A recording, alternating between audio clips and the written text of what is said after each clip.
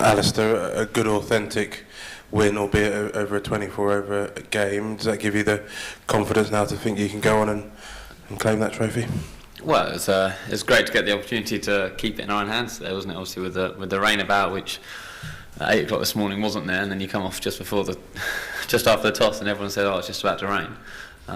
We just a bit of relief that we managed to get on and kept it in our own hands, and it was a pretty good performance. It's always tricky batting first in a 24-over game. You never know quite what a good score is, and it's not 20-20. There's power plays, which 7 overs of power plays, which are different.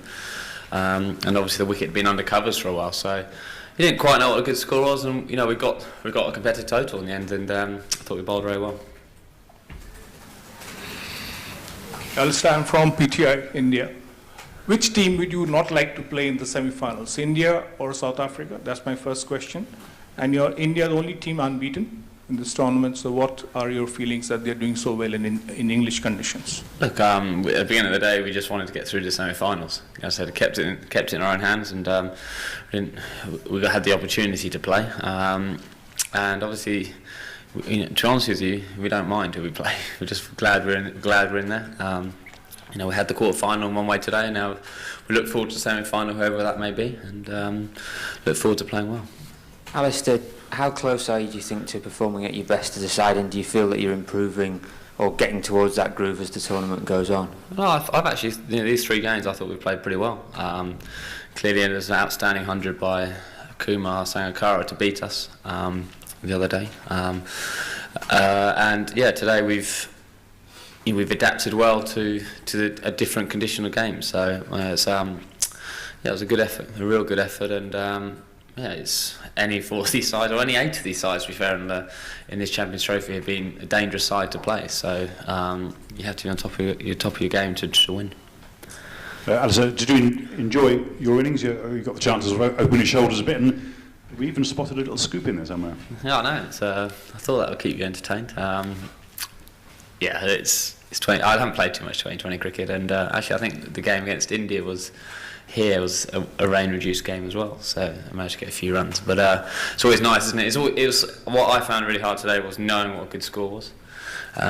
Maybe we set ourselves a little bit too high at the end. I think we lost 7 wickets to 36 runs or something right at the end, going 6 and over. And if we were looking at 180, 190, maybe we set our sights too high, so we didn't get it. If we'd have set our sights a bit low, we might have got even more. So that was, I thought, the hardest part of the innings.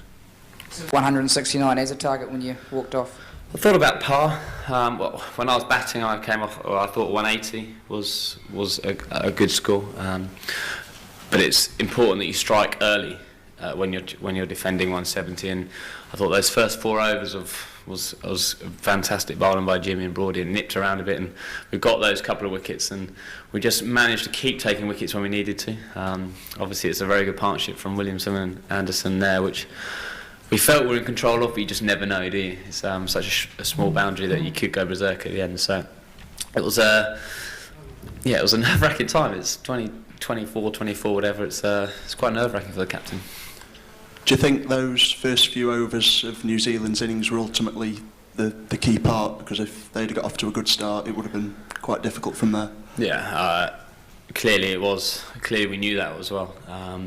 So those first 4 overs, and I thought, with our 5th bowler was an option, was also quite a scary option in 24. Normally you have 5 bowlers in 2020, so out and out bowls. But Ravi did a fantastic job today, fantastic job, and Treaders as well. It wasn't turning too much, and to come in and hold his nerve again was a good performance. Alastair, are you aware that we witnessed a bit of history out there with you hitting 2 sixes in the same one-day game for the first time? I wasn't aware, but I had to hit 3 next time.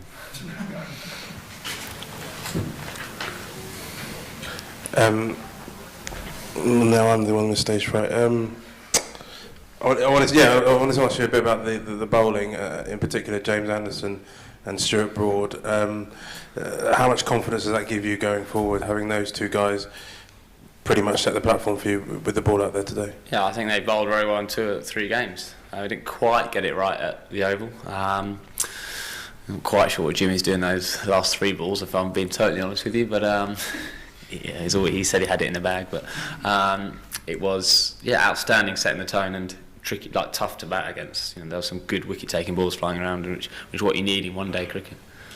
Also, I wanted to ask you about Graham Swan.